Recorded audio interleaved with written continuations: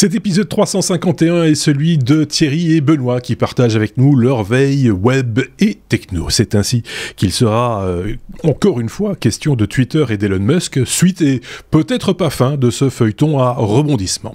La Commission européenne annonce la création d'un jumeau numérique de la Terre. Pourquoi faire ? Réponse également dans cet épisode. Envie de faire un déplacement, un placement plutôt, pas un déplacement, envie de faire un placement, achetez une Tesla, si vous voulez faire un déplacement aussi, remarquez. Peut-être que cela vous rapportera plus qu'un compte épargne, par exemple. On vous expliquera aussi comment. Un vélo qui se servirait de votre propre poids pour avancer, c'est une bonne raison d'arrêter votre régime.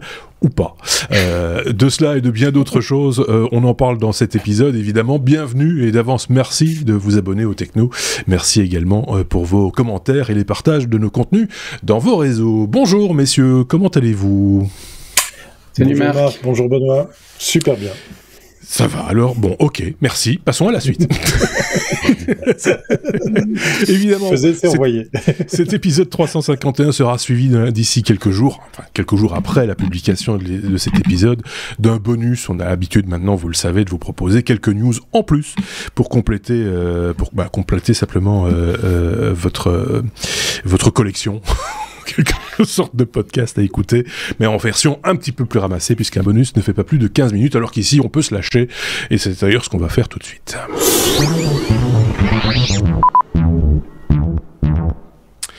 Ça, c'est des sujets à la Benoît, hein. Ceux qui nous suivent depuis longtemps le savent, Benoît nous dégote toujours des sujets qui peuvent paraître anecdotiques, mais derrière, il y a toujours un petit truc comme ça qui nous excite un petit peu. On va parler d'un un petit oiseau, de Canary en fait, Canary, je sais pas comment il faut le prononcer, en tout cas il y a un i en trop. C'est un capteur et un capteur un peu design, et un capteur qui capte quoi, Benoît ? Qui capte le CO2. Ce qui donc pour juger de la qualité de l'air et du besoin d'aérer le local où on se trouve, ce qui évidemment en cette période avec la pandémie etc. est quand même un élément assez important puisqu'on sait qu'on doit bien aérer. Alors première chose que je veux dire sur le sujet, c'est important, c'est un Kickstarter.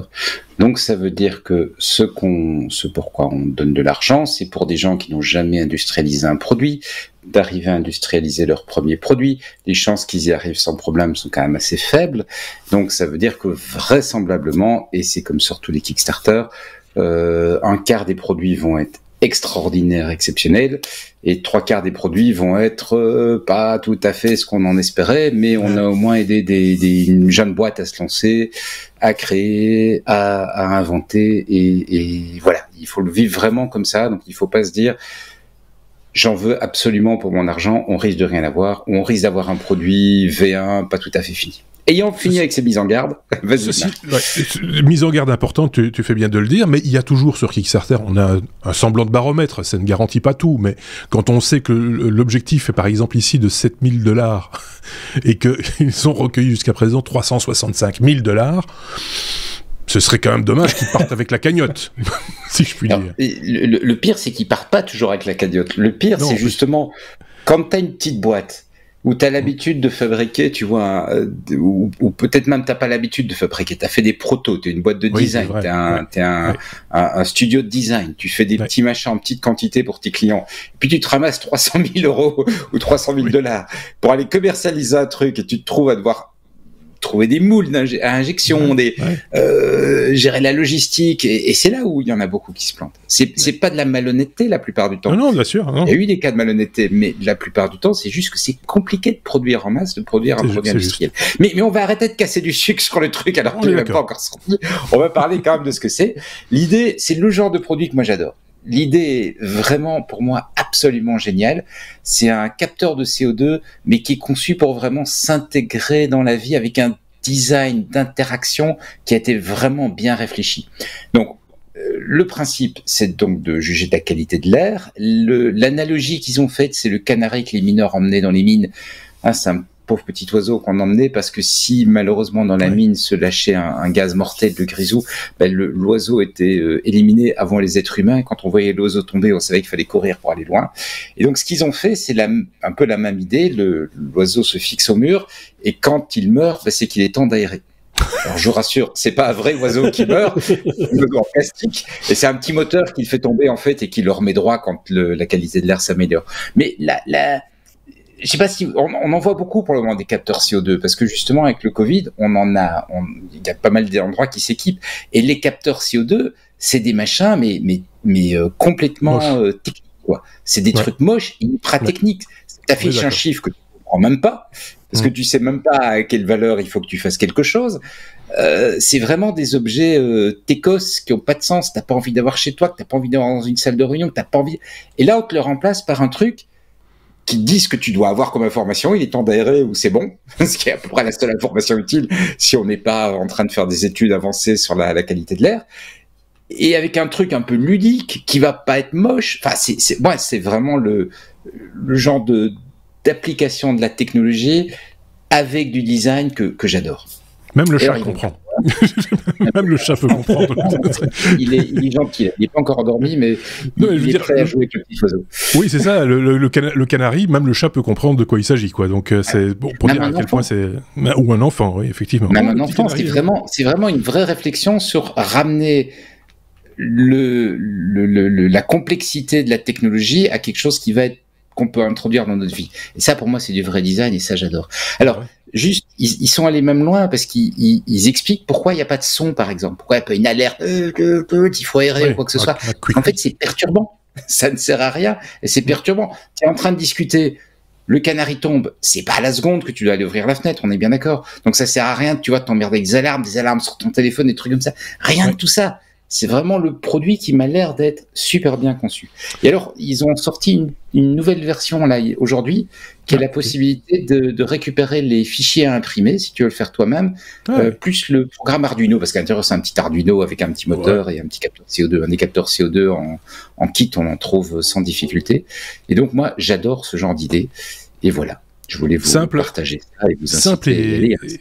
Simple et efficace, effectivement. Alors, je tiens à le signaler quand même pour être vraiment que ce soit réaliste.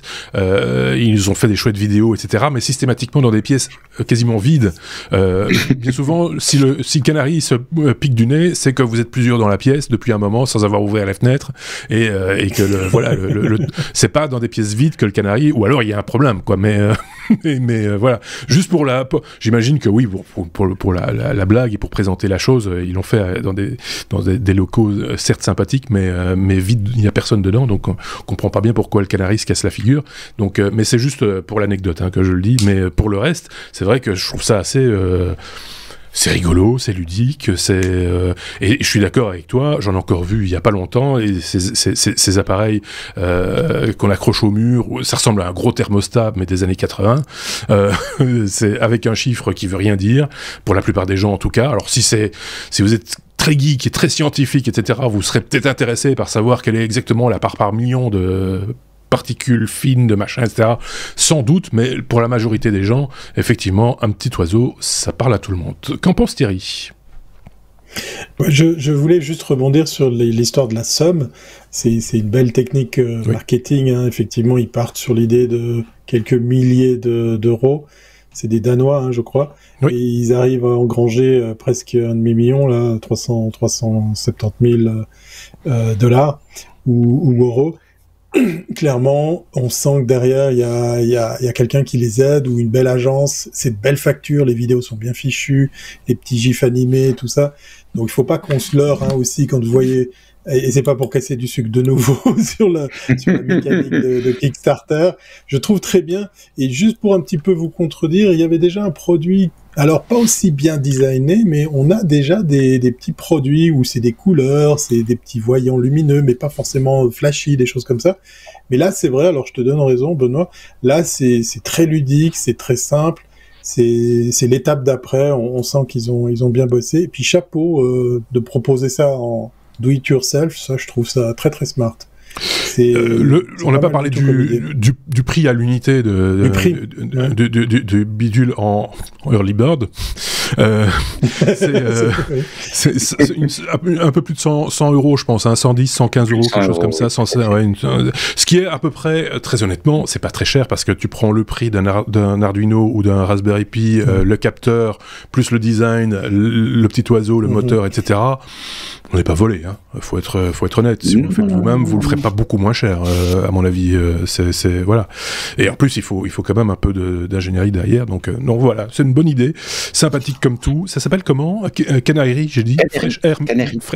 Canary, Fresh Air Monitor. Donc on vous met le lien évidemment vers ce projet. Je viens de comprendre pourquoi ils l'ont appelé comme ça. Oui, non mais c'est vrai, non, pas pour l'oiseau. Non, regardez, le I devant le R, ça fait R. Oui, bien sûr, oui. Ça me semblait assez évident, moi, personnellement. Mais, d'accord, je suis d'accord, le dernier à l'avoir remarqué. Désolé, je vais me recoucher. Au revoir, bonne nuit. Vu de Suisse, ça pose problème. C'est parce qu'en Suisse, ils ont le bon air près des montagnes. Oui, et puis et surtout pas beaucoup de canaris. Je jamais acheté. Oui, voilà.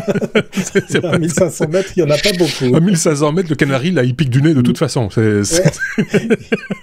Il a froid. Un peu, oui. Bon, ok, merci. Passons à la suite.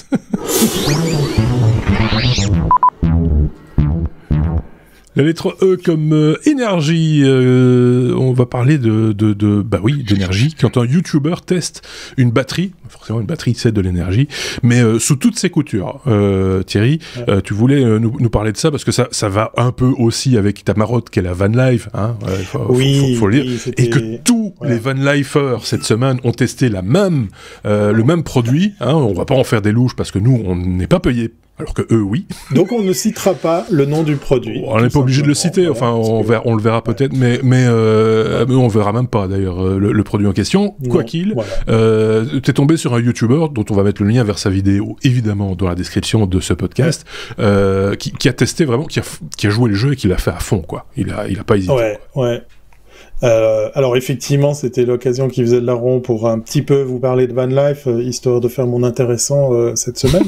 Mais c'est surtout que ça faisait longtemps que j'avais plus vu de tests produits faits en vidéo bien réalisés. Alors attendez-vous pas à une super prod, le monsieur est très prolixe, hein, il a des tonnes de vidéos sur plein de produits, il teste plein de choses.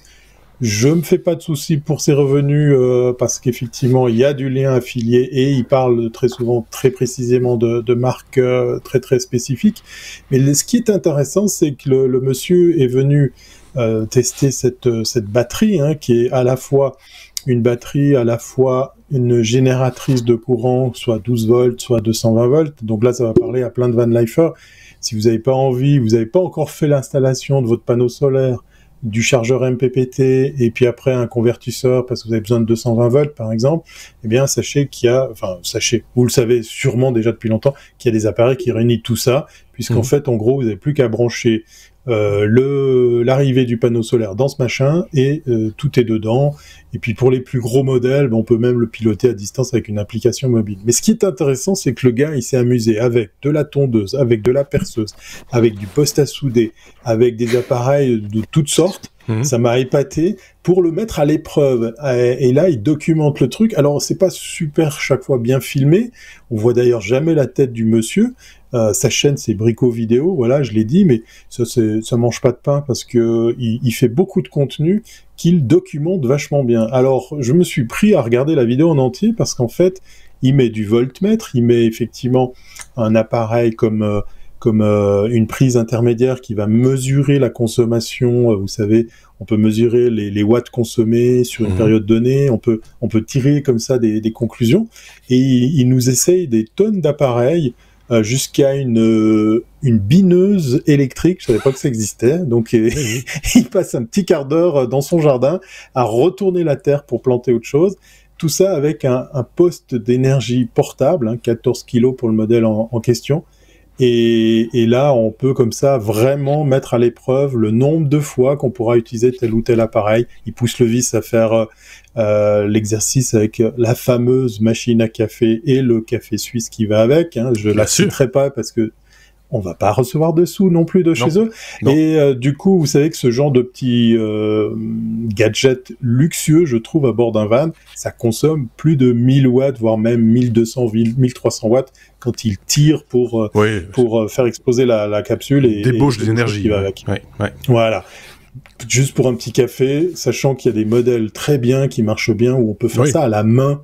J'en ai testé. Le chauffer à la main, ça prend du temps. Hein. Alors ça prend plus de temps, on est bien d'accord. Mais vous avez probablement une petite gazinière, vous avez probablement effectivement un petit réchaud à gaz. Et puis après, 2 coups d'huile de coude et puis on se tire un petit expresso. C'est mignon, ça prend pas de place, et puis on arrive à faire 2 cafés avec ce genre de choses. Donc voilà, j'étais charmé et étonné, épaté de ce test produit en grandeur nature, très bien documenté. Alors le monsieur, faut pas se leurrer, c'est pour ça que vous verrez aucune image dans cette version en vidéo, pour ceux qui nous suivent sur YouTube, parce que ce monsieur est très suivi par les marques, et comme tu le disais, Marc, il y a plein de van lifers ces temps-ci qui arrêtent pas de causer de on sent l'été qui arrive. Alors, nous, on n'est pas assez intéressant, je pense, pour être sponsorisé ou être approché pour ce genre de produit. Et puis moi, j'ai pas le temps de... J'ai pas le temps. Voilà. Moi, je l'aurais testé. Je suis prêt, si jamais. Oui, mais moi, je l'aurais testé à la manière du chat qui vole. Je vous en renvoie également vers la chaîne YouTube du chat qui vole, parce que lui, il l'a fait de manière un peu rigolote, ludique et amusante, parce qu'il est pas en fait, le garçon est ingénieur, je l'ai appris récemment, mais il n'a pas voulu se la jouer ingénieur, et effectivement, il a été faire du bricolage dans son jardin, et il a dit, c'est pratique, j'ai pas dû tirer de rallonge, j'ai pris ma powerbank avec moi. Enfin voilà, tout ça pour dire que ils ont bien arrosé, entre guillemets, le fabricant de cette batterie mobile a bien arrosé le monde de YouTube. C'est le YouTube Game qui veut ça aussi, hein, quelque part.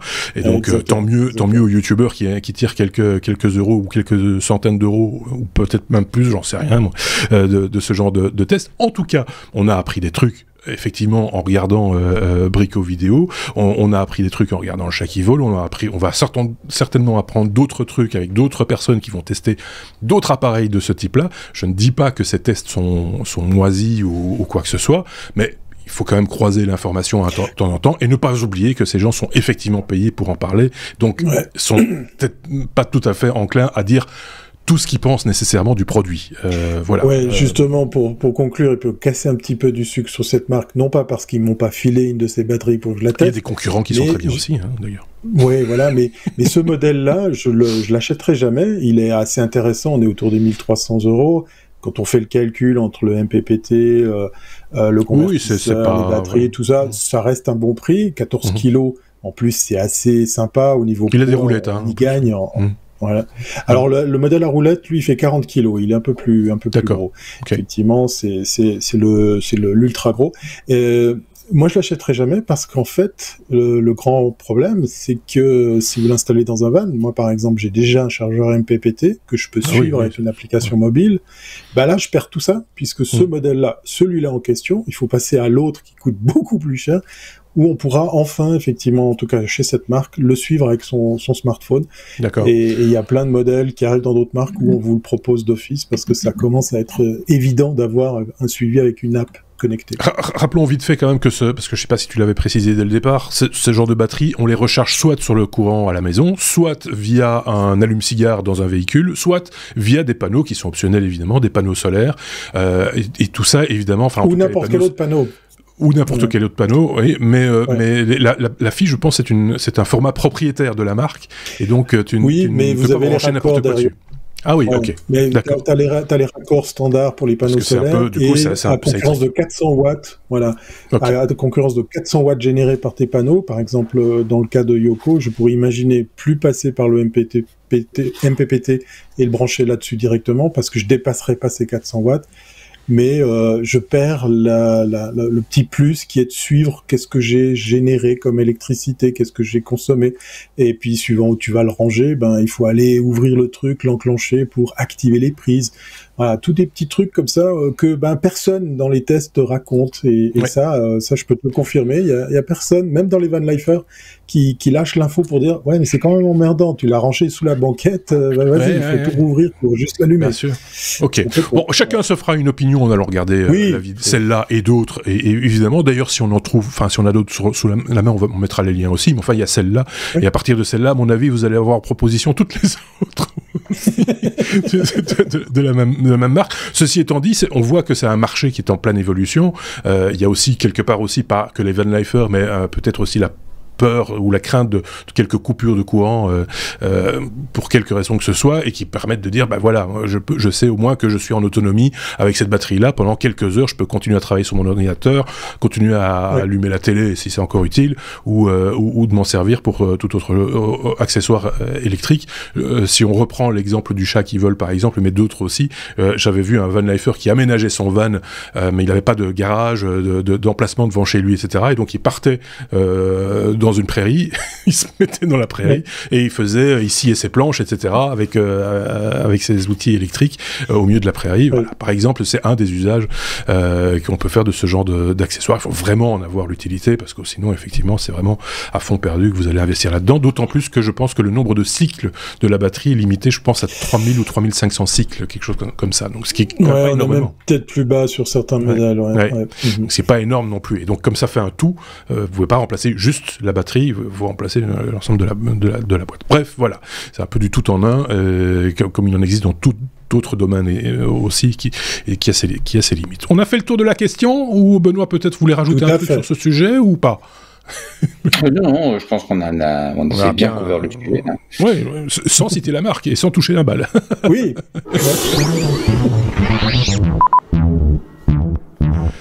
Oui, si la lumière s'éteint, vous comprendrez que c'est parce que j'ai pas payé la note d'électricité. Tout s'explique, j'ai presque envie de dire. On en est à la lettre I comme impression. Alors de nouveau, là par contre, moi j'ai un titre énigmatique, c'est Studio Extrude. Et c'est un sujet à Benoît, effectivement.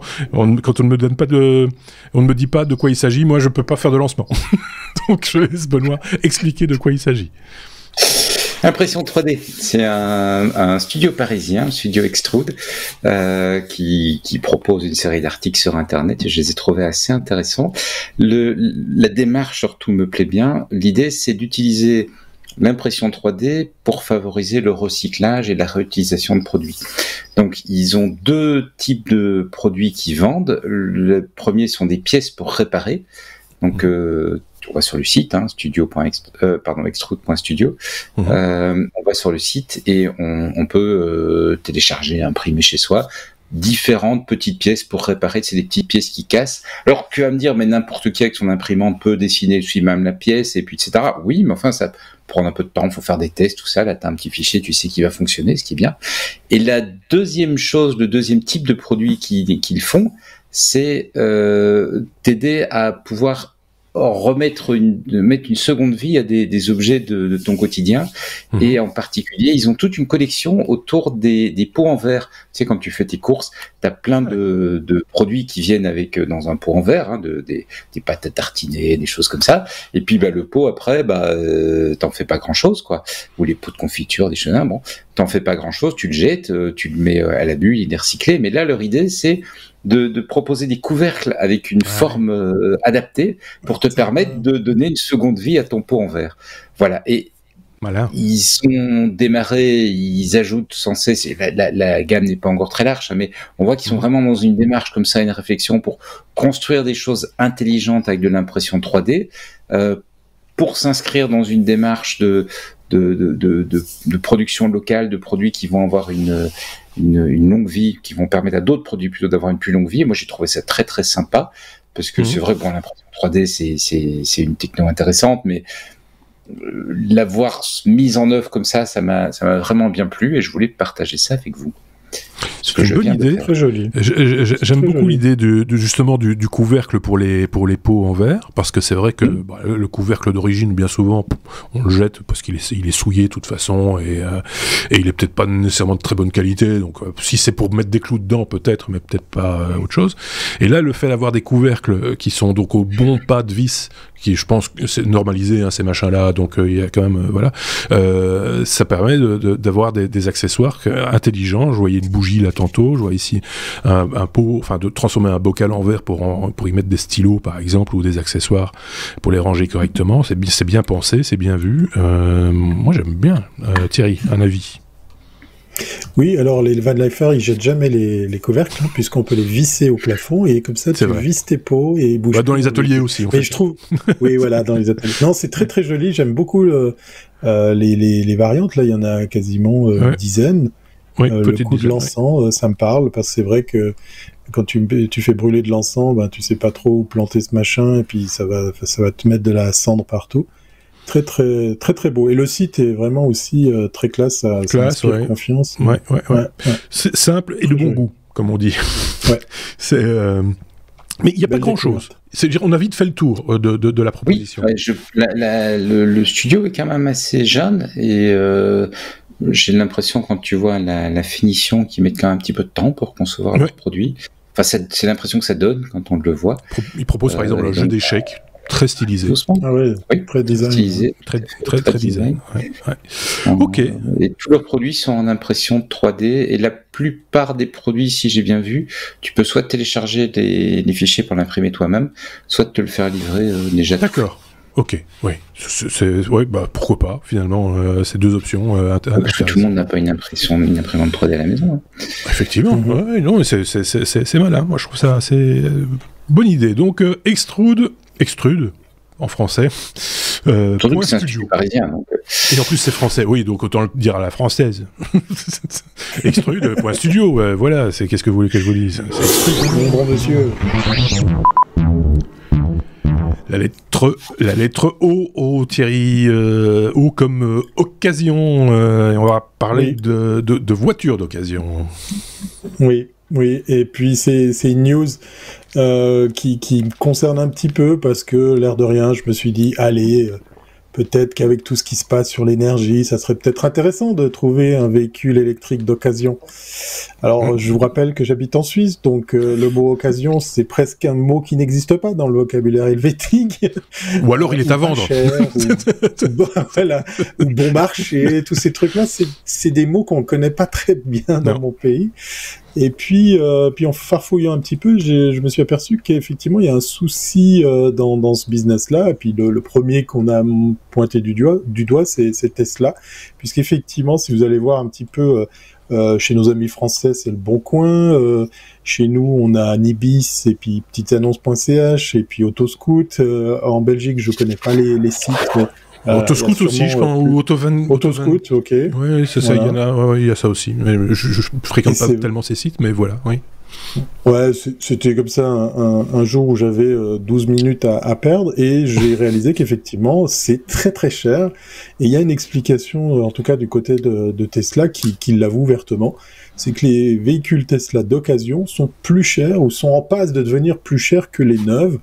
Pourquoi ? Parce qu'il y a un truc qui nous est arrivé dans les dents là pendant 2 ans, ça s'appelle la pandémie, et cette pandémie a influé l'accès aux matières premières, aux composants électroniques, et là, je pense que ça va aller un peu plus loin. On parle aussi, nous ici, de la main d'œuvre. Il y a plein de secteurs où c'est aussi un peu compliqué, et donc de ce fait, ce qui est rare est cher, et effectivement, une Tesla prend de la valeur si elle est d'occasion, puisque même le patron de Twitter se retrouve à connaître des problèmes d'approvisionnement de matières premières.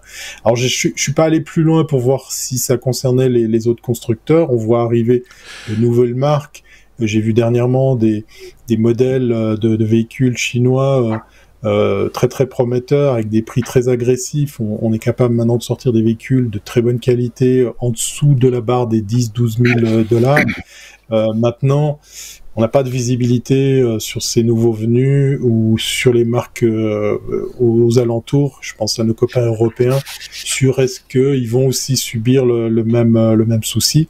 Je discutais dernièrement avec un ami qui regardait aussi, qui songeait aussi à passer à l'électrique et qui disait: je suis obligé de constater que le meilleur rapport qualité-prix, mais aussi efficacité, longévité, fiabilité, c'est souvent Tesla qui est dans le trio de tête des marques auxquelles on pense. C'est un peu dommage, mais c'est le fait, c'est le constat. Ouais. Effet de la pénurie de pièces, etc. Je pense que toutes les occasions, quelle que soit leur motorisation, sont surcotées aujourd'hui. Puisque quelqu'un qui aurait envie ou commanderait aujourd'hui une voiture neuve aurait un temps, on parle des fois de plus d'1 an d'attente pour certains modèles, et en attendant, ils ont besoin d'une voiture d'occasion parce que l'ancienne, elle a vécu, etc. Donc on rachète une occasion, et donc la cote de l'occasion de manière globale a tendance à grimper. Donc j'imagine que sur des voitures à haute technologie telles que celle-là, ça doit être la même chose. Alors je me demande si les aides, parce que certains pays comme la France, la Belgique, je pense en Belgique aussi, je sais pas si c'est le cas en Suisse, proposent des primes quand on veut acheter une voiture, un modèle électrique, incitant quelque part pour passer à l'électrique. Je ne sais pas si la prime vaut quand on achète un véhicule électrique d'occasion. Ça, c'est une question que je pose. C'est une bonne question, ouais. Voilà, parce que c'est du coup, ça ferait encore plus cher. Tu vois, ce serait, parce que le prix plein, entre guillemets, même sur une Tesla ou même sur une voiture autre, c'est quand même plus cher, il faut le reconnaître, qu'un modèle à explosion, à combustion, qui pue. Et puis cette aide, on a un des cantons suisses qui a décidé de l'abandonner sur les modèles hybrides. Il y a une étude très sérieuse qui est sortie en disant, une haute école qui a pointé du doigt, les modèles hybrides, c'est de la grosse magouille, c'est quasiment les termes qu'ils ont utilisés, parce que c'est pas parce qu'on a un petit apport électrique ou un petit moteur ou quelques batteries qui se courent après que on roule en électrique. C'est l'occasion pour les constructeurs de passer sous la barre des taxes et de toutes les contraintes de commercialisation, parce qu'on joue la carte verte, parce qu'on est pseudo-hybride. Et voilà, il y a un canton qui a décidé de couper court aux aides à l'achat quand il s'agit d'un modèle hybride, électrique, 100%, il n'y a pas de souci. Hybride, c'est fini, il faut mettre la main au portefeuille tout seul. Enfin, avis personnel, je pense que de toute façon, quel que soit le modèle, tout dépend de comment on a produit déjà l'électricité. Si on n'a pas produit l'électricité verte, ça reste de la pollution. Ça reste de la pollution que de produire un véhicule. Enfin, toute activité humaine pollue, de toute façon, on est bien d'accord. Moi, je serais pour une réduction du nombre de Benoît va me rejoindre sur ce coup-là, et il va voir que moi-même j'évolue dans ma réflexion, mais moins il y a de voitures, et je pense que mieux on va se porter. Évidemment, tout le monde ne peut pas s'en passer, et pour le mieux, essayons effectivement, je pense par exemple aux véhicules de voirie, enfin des villes, etc., qui doivent les utilitaires, etc., ou les gens qui ont besoin d'un véhicule utilitaire, plus vite on passera à l'électrique, pour eux en tout cas, mieux ce sera, mais pour le reste, s'il y a moyen de s'en passer, c'est tout ça qu'on polluera en moins, ce sera moins de voitures sur les routes, moins d'accidents possibles, etc., etc. Est-ce que j'ai ça on gagne du temps. Est-ce que je ne trahis pas ta pensée, Benoît, ou veux-tu rajouter quelque chose chaque mois, Marc. Mais je voulais réagir un petit peu sur ce que Thierry a dit en matière de composants, parce que je lisais il y a quelques jours qu'en fait Mercedes lançait ou accélérer son programme de développement d'un OS propriétaire. Et le raisonnement derrière, c'est de leur donner plus de flexibilité, entre autres, il y a plusieurs raisons, mais une des raisons, c'est de leur donner plus de flexibilité dans l'évolution des composants. Parce que comme ils achètent auprès d'une autre société qui sont quelque part intégrateurs, s'ils disent tiens on veut substituer le composant par tel autre composant, il faut se retourner vers la société qui fournit le logiciel de base, qui n'est peut-être pas en priorité tu vois, tandis qu'en prenant le contrôle sur l'ensemble du logiciel, ils espèrent gagner en flexibilité. Voilà. C'est probablement Bosch. C'est souvent l'équipementier pour pas mal de voitures. Mercedes, comme tous les fabricants de voitures, dépend d'équipementiers, mais leur idée, c'est de prendre le contrôle sur le logiciel en ayant une solution internalisée d'OS. De changer de sous-traitant, de fabricant de composants, quoi, en gros. J'ai lu aussi, après on fera la parenthèse tuture, que je pense que d'ailleurs c'est chez Mercedes qu'on travaille activement sur le moteur Euro 7, donc encore avec de l'essence ou du diesel, mais qui serait le moteur à explosion le moins polluant de l'univers. Mais moins polluant ne veut pas dire pas polluant. Donc, affaire à suivre. Bon, ben voilà, pour celui qui a les moyens de se payer une voiture, une Tesla par exemple, et qui a envie de se faire plaisir, on sait qu'il en aura pour son argent. Ou pas.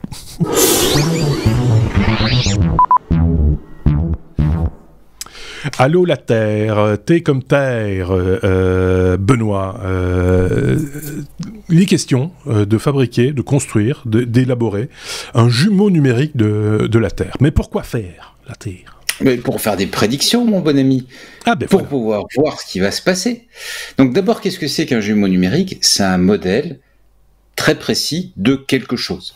Donc ça peut être, on peut pouvoir créer c'est le nom moderne, hein. Avant on peut appeler ça un modèle, mais c'est plus sympa d'appeler ça un jumeau numérique. Oui, donc c'est un modèle très très précis, très fiable d'une réalité. Ça s'utilise par exemple beaucoup en entreprise pour obtenir un jumeau numérique de son réseau et de son infrastructure IT, parce que c'est assez simple à modéliser une infrastructure IT, et donc de pouvoir dessus faire de la prévision en se disant tiens, si je remplace telle chose par telle autre chose, est-ce que j'ai les améliorations de performance que je m'attends à avoir ? Est-ce que j'ai les gains de coûts que je m'attends à avoir ? Eh bien, la Commission européenne finance depuis quelques années, mais ils viennent de donner un gros coup d'accélérateur au projet. Là, un projet qui s'appelle Destination Earth, Destination Terre, quoi. Un projet qui vise à modéliser avec beaucoup de précision notre planète pour pouvoir derrière faire de la prévision sur des choix politiques. Donc, plutôt pouvoir faire des choix politiques basés sur des prévisions fiables. C'est-à-dire, aujourd'hui, la Commission et l'Europe a clairement voulu prendre une position de pointe, ou en tout cas s'annonce comme ayant une position de pointe en matière d'environnement, mais il reste la question, ok, si on agit sur tel paramètre, est-ce qu'on aura les effets qu'on espère ? Et vu la longueur de temps des phénomènes, par exemple le changement climatique, qui est un phénomène qui s'accélère, mais qui reste encore sur des cycles de dizaines d'années, c'est pas évident de se dire, tiens, est-ce que je joue sur ce paramètre-là ou ce paramètre-là ? Et donc, l'idée du jumeau numérique, c'est de pouvoir faire tourner 2 fois le modèle, quoi, une fois avec le paramètre, une fois avec l'autre paramètre, en arriver à la conclusion, et à partir de là, pouvoir prendre des décisions éclairées. Ce sont les Sims, quoi. Ce sont des Sims, si tu veux. Je résume. Scientifique. Oui, mais c'est intéressant. Après, il faut voir qui programme le bestiau et sur quelle base, parce que on sait par exemple que les modèles météorologiques nécessitent de la puissance de calcul assez phénoménale, et on n'en aura probablement jamais assez que pour arriver à simuler le climat. Donc j'imagine qu'ici il y a des scénarios plutôt qui sont préétablis par des êtres humains, donc il y a des biais. Oui, mais en fait, en gros, c'est un projet de financement de recherche scientifique, hein, donc il finance une série d'universités, une série de laboratoires de recherche pour développer le jumeau numérique, et il y a effectivement toute une branche du projet dont j'avoue que j'ai pas franchement compris le choix qu'ils avaient pris, mais qui vise à rendre ce jumeau numérique accessible aux chercheurs. Alors, c'était pas totalement clair parce que les différents articles que j'ai vus se contredisaient un peu. Certains parlaient d'open source, d'autres parlaient d'une infrastructure dédiée qui serait disponible. C'est peut-être les deux d'ailleurs, hein, mais donc j'ai pas beaucoup de clarté, mais sur la solution. Mais ce qui est clair, c'est que l'objectif, c'est de rendre le jumeau numérique très accessible à la recherche européenne. Donc, d'une part, le constituer, et d'autre part, le rendre accessible aux chercheurs qui travaillent sur ces thématiques. Ok, intéressant évidemment. Ce serait bien d'avoir ça dans tous les domaines géopolitiques, vous voyez, pour essayer peut-être pour jouer à se faire peur ou pas, ou à se rassurer, enfin bref. Mais parce que je sais, pour avoir lu un article là-dessus concernant un auteur très connu et qui malheureusement est décédé il y a quelques années maintenant, Tom Clancy, qui écrivait des romans géopolitiques et de fiction politique et autres, et militaire. Et je sais que lui-même et d'autres participaient à la scénarisation de scénarios de tiens, si telle personnalité vient à mourir, qu'est-ce qui va se passer derrière, quelle est l'accumulation, les dominos qui vont tomber les uns derrière les autres par la suite pour voir jusqu'où ça va aller, pour pouvoir faire des simulations effectivement et de la prédiction quelque part sur différents types d'événements. On pourra aller jusque là aussi. C'est un sujet évidemment, on va pas en parler plus ici parce que voilà, ça demande quand même des compétences que personnellement moi j'ai pas, mais je trouve ça passionnant par contre. Donc si vous avez des informations sur le sujet, des trucs à lire, etc., n'hésitez pas à le partager avec nous via les commentaires de ce podcast ou sur notre chaîne YouTube ou sur notre site web lestechno.be. Merci Benoît. Je ne sais pas si Thierry voulait rajouter un commentaire par rapport à ce je veux faire très très court. Moi, je suis complètement novice dans ce domaine. Je suis toujours épaté de savoir qu'on puisse modéliser du faux, de la copie, de l'expérimentation, de la simulation. Et je me demande toujours, parce que je suis peut-être trop cartésien, c'est comment on appréhende ça, comment on l'utilise. C'est assez balèze, quoi. Moi, je suis admiratif dans ceux qui savent faire ça. Quand on fait l'expérience et qu'on n'a pas la réponse qu'on attendait, est-ce qu'on se rebiffe? Est-ce qu'on dit non, la machine a tort? Ce jumeau est un mauvais jumeau. C'est un jumeau maléfique. Tu vois, peut-être qu'à ce moment-là, on remet tout en cause. C'est impossible. Ça va être compliqué quand même psychologiquement, surtout pour le développeur.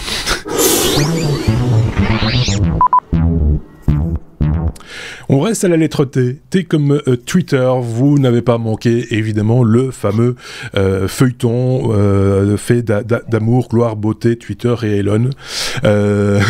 C'est un feuilleton parce qu'on en parle depuis quelques semaines maintenant dans les technos, à peu près chaque semaine, en disant non, il a acheté une partie, mais il va revendre. Non, il va machin, etc. Mais pourquoi faire? Donc Elon a acheté Twitter. Apparemment, ça s'est fait, même si j'ai vu un article encore aujourd'hui chez Reuters, je pense, qui disait que non, il n'achète pas, il fait semblant. J'ai pas approfondi la question. On reste sur l'idée que, pour l'instant, en tout cas, il achète, hein, je pense que c'est ça. Mais pourquoi faire? Et qu'est-ce que c'est que cet investissement? Et qu'est-ce qui va se passer? Qu'est-ce que voilà. Ouais, hein? Alors moi c'était pour taquiner mes collègues et autres chroniqueurs parce que je suis très content d'être dans la semaine où le rachat a été annoncé, l'officiel, 44 milliards. Déjà juste pour se donner une idée. 44 milliards en petits bifetons, ça prend beaucoup de place. On a appris que ce monsieur peut se permettre d'emprunter à hauteur de 22 milliards. Ouais. Donc, je me vois assez demain aller à la banque pour dire non, mais c'est pour acheter un petit truc avec un oiseau bleu. Il faudrait juste un peu de thunes. En biais de sang, s'il vous plaît, parce que sinon ça prend que la moitié. Voilà, puis c'est que la moitié parce qu'il va falloir que je tape dans mes économies pour le reste. Ouais. Donc voilà, j'ai mis un titre un peu racoleur quand un rachat ne sent pas bon, c'est parce qu'en fait, il est entouré de plein de petites choses. Alors, il y a des bonnes comme des mauvaises. Hein. Il y a effectivement, il y avait déjà eu des attaques du côté du monde de la finance, du conseil d'administration. Mais tout ça s'est fait quand même vachement vite. Hein. C'est en quelques semaines que tout le monde s'est retourné. Je m'amuse de voir Jacques Dorsey dire non, mais c'est une bonne chose. Tu m'étonnes avec ce que tu vas recevoir. C'est assez amusant quand même que tu trouves ça bien. Parce qu'on parle d'open source, donc la mise à disposition du code de Twitter, d'aménagements qui vont pas changer, comme par exemple les propos racistes, haineux, tout ça. Mais on va vers plus de liberté d'expression. Alors ça, c'est les propos qu'on nous sert comme ça. Mais d'un autre côté, on va aller de nouveau dans le trash, dans le pas beau, dans le n'importe quoi, sous le couvert de la liberté d'expression. Donc ça laisse sous-entendre quand même des dérives assez bizarres. Il y a déjà un trend qui est en français quitter Twitter, leave Twitter. Le hashtag leave Twitter fait des émules. Il y a des gens qui perdent des milliers, voire des dizaines de milliers d'abonnés, quand d'autres en gagnent comme ça, l'air de rien, dans la même nuit ou en quelques heures. Il y a des trucs bizarres qui se passent. Dans les dernières news que j'ai vues, on a demandé de bloquer toute modification d'aménagement du code sans pouvoir le faire spontanément par soi-même, c'est-à-dire qu'un développeur qui voudrait apporter des modifs, des trucs, il doit passer chez quelqu'un pour valider cette opération. Donc en gros, on va éviter le tuyautage par l'intérieur. Il y a des voix qui s'élèvent parce qu'effectivement à l'interne, il y a des gens qui pètent un peu les plombs par rapport à la façon qu'il a de fonctionner, de gérer les boîtes. Puis en même temps, Elon Musk s'était avancé, avait promis de pas critiquer le fonctionnement de la boîte, voire critiquer les employés, mais ça n'a pas manqué. Il s'est déjà lâché avec son franc-parler ou sa drôle de façon de s'exprimer. Moi, sincèrement, je viens aujourd'hui avec une question, mais qu'est-ce qu'il y aura de bon avec Twitter, avec cette arrivée, et à qui ça va servir? Parce que c'est vraiment la question maintenant qu'on peut se poser. Pourquoi lâcher autant d'argent pour s'acheter un média, puisque on va quand même reconnaître que Twitter en est un. Quand on est patron de SpaceX, quand on a monté et sorti au grand jour une boîte qui existait déjà, dans laquelle a atterri Elon Musk, qui était Tesla, pour en faire une success story, quand on est devenu pété de thunes en créant PayPal, avec entre autres quelqu'un qui était passé par la case études ici à Genève, mais voilà, on a retenu Elon Musk à chaque fois avec ses success stories. Mais là, je vous pose la question, allez-y dans les commentaires. Qu'est-ce qui nous attend avec ce rachat? C'est quand même la grosse question. Moi, je me pose la question de savoir si je vais continuer à utiliser Twitter, parce que j'ai un petit peu peur, sous le couvert de la liberté d'expression, que ces aménagements arrivent. Et puis, dans les articles que j'ai partagés avec vous, il y a même l'OMS, le Big Boss, qui dit « Ouais, c'est bien que... » Mais pourquoi tu donnes ton avis? À quoi ça sert? Pourquoi ça maintenant? Sincèrement, je connais pas, j'arrive pas à saisir la stratégie d'Elon Musk en ayant lâché autant de thunes pour acheter ce truc. Il y a autant ouais, c'est ça, parce qu'il y a autant d'avis qu'il y a d'articles publiés ces derniers jours. J'ai l'impression, certains pragmatiques disent ouais, ben enfin ça reste un homme d'affaires, vu la somme investie. S'il voit qu'il commence à perdre de l'argent, ben, il remettra la barre à zéro, et puis voilà. On peut pas jouer indéfiniment avec Twitter sans faire mal à la marque et sans faire mal au business qui va avec. Peut-être va-t-il améliorer le business, peut-être pas, c'est à voir. Après, chacun jugera et partira ou restera sur ce réseau. Voilà, je voyais des gens, c'était un peu le psychodrame qui était sur Twitter d'ailleurs, qui disait si c'est comme ça, je m'en vais. Mais oui, mais va-t'en. Enfin, personne ne retient, les gars. Oui, mais je suis obligé de le dire ici. Oui, c'est ça.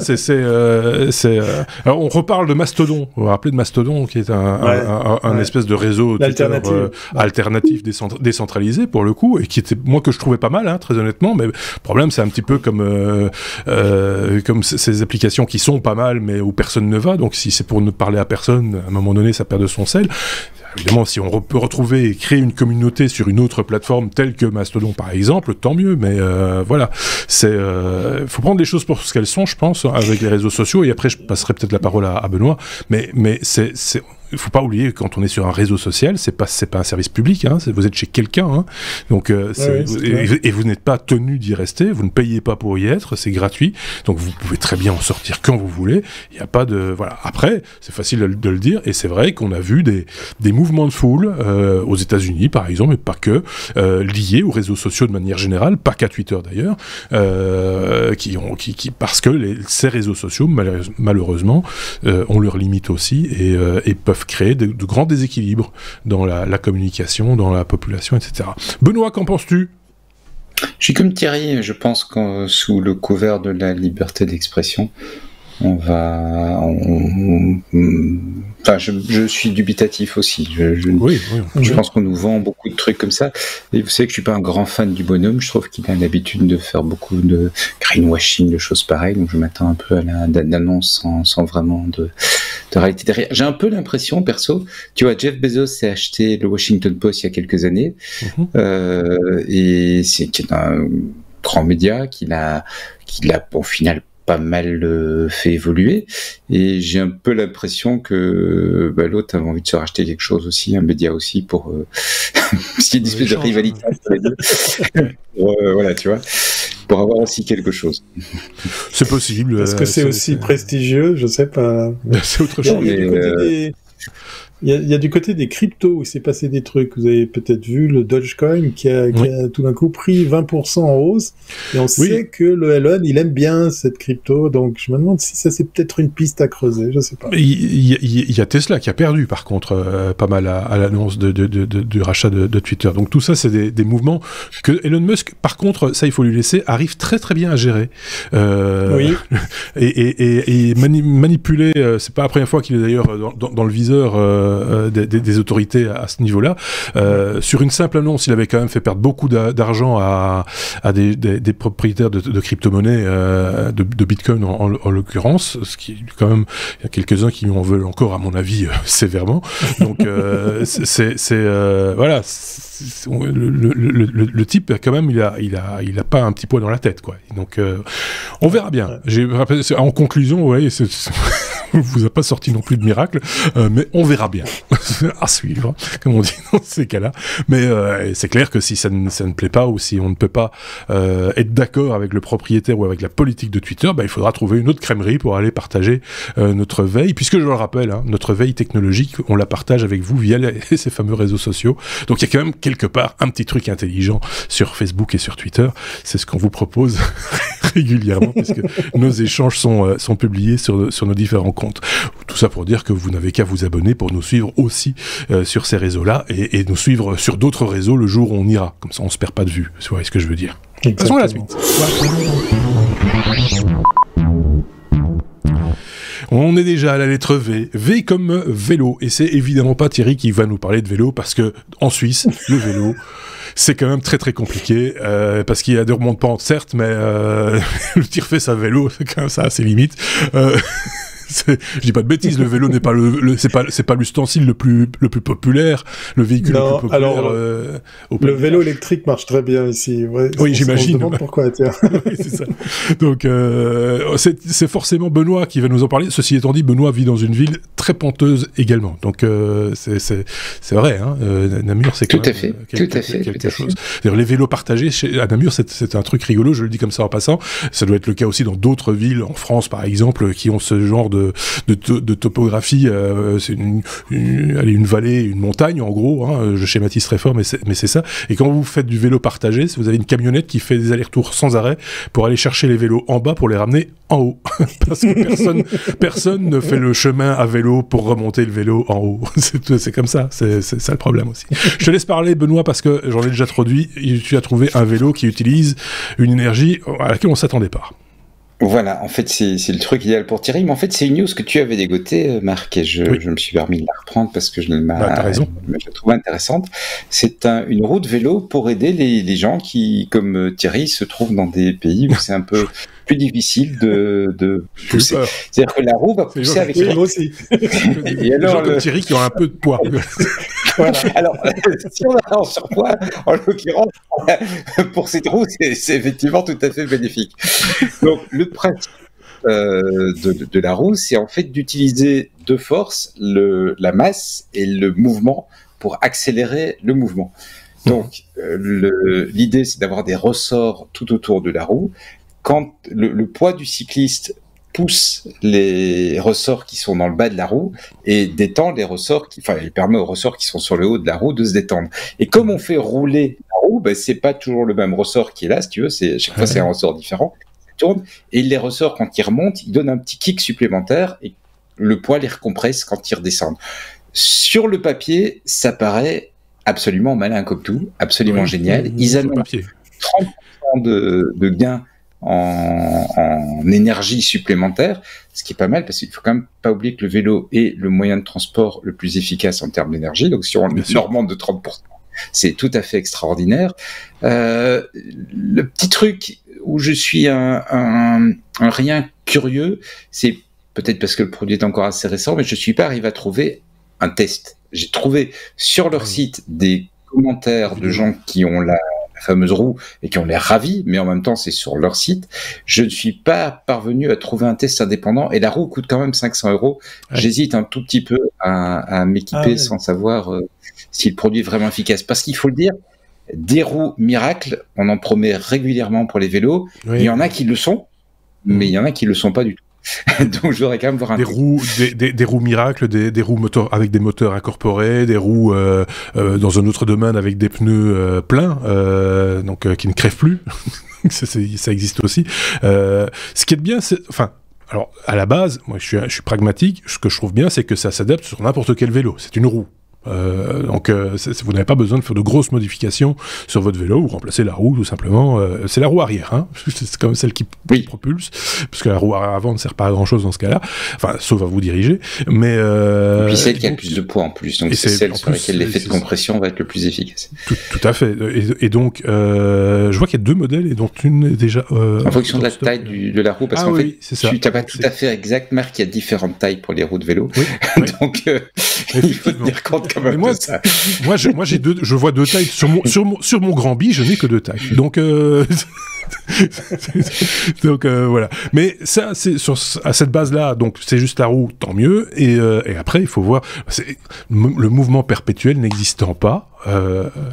Soyons clairs. Mais attention, parce que ça, c'est le commentaire que tu lis.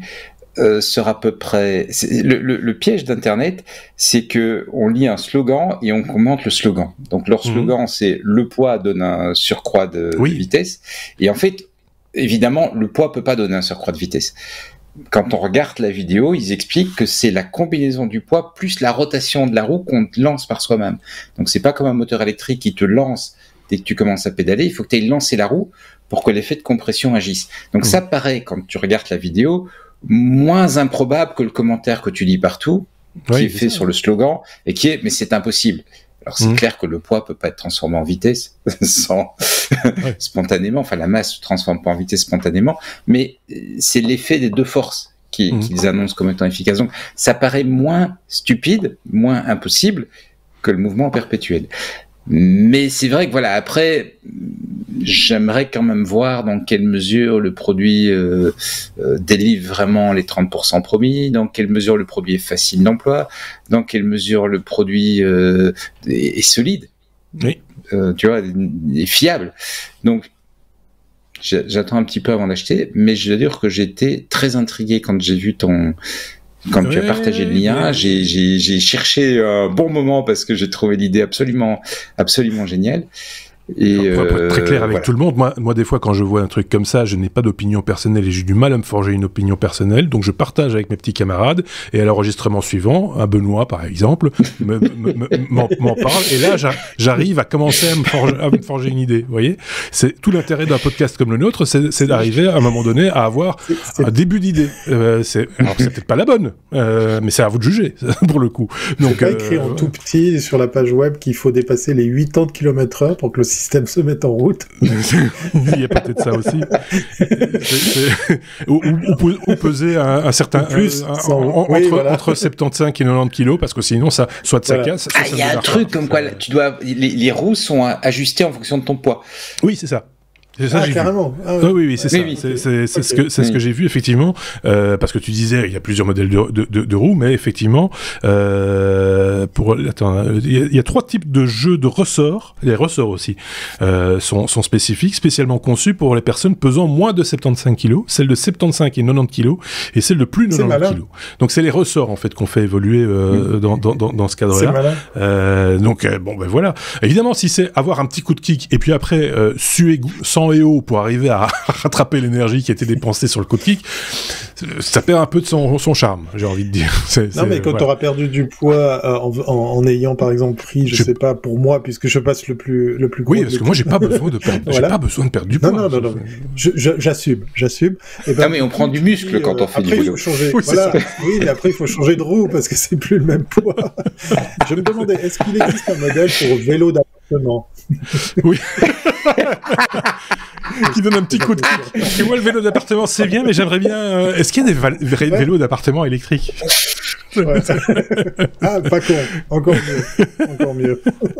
Bref, on va arrêter de dire des bêtises, quand même, parce qu'on arrive au bout de cet épisode. Il faut bien le reconnaître aussi.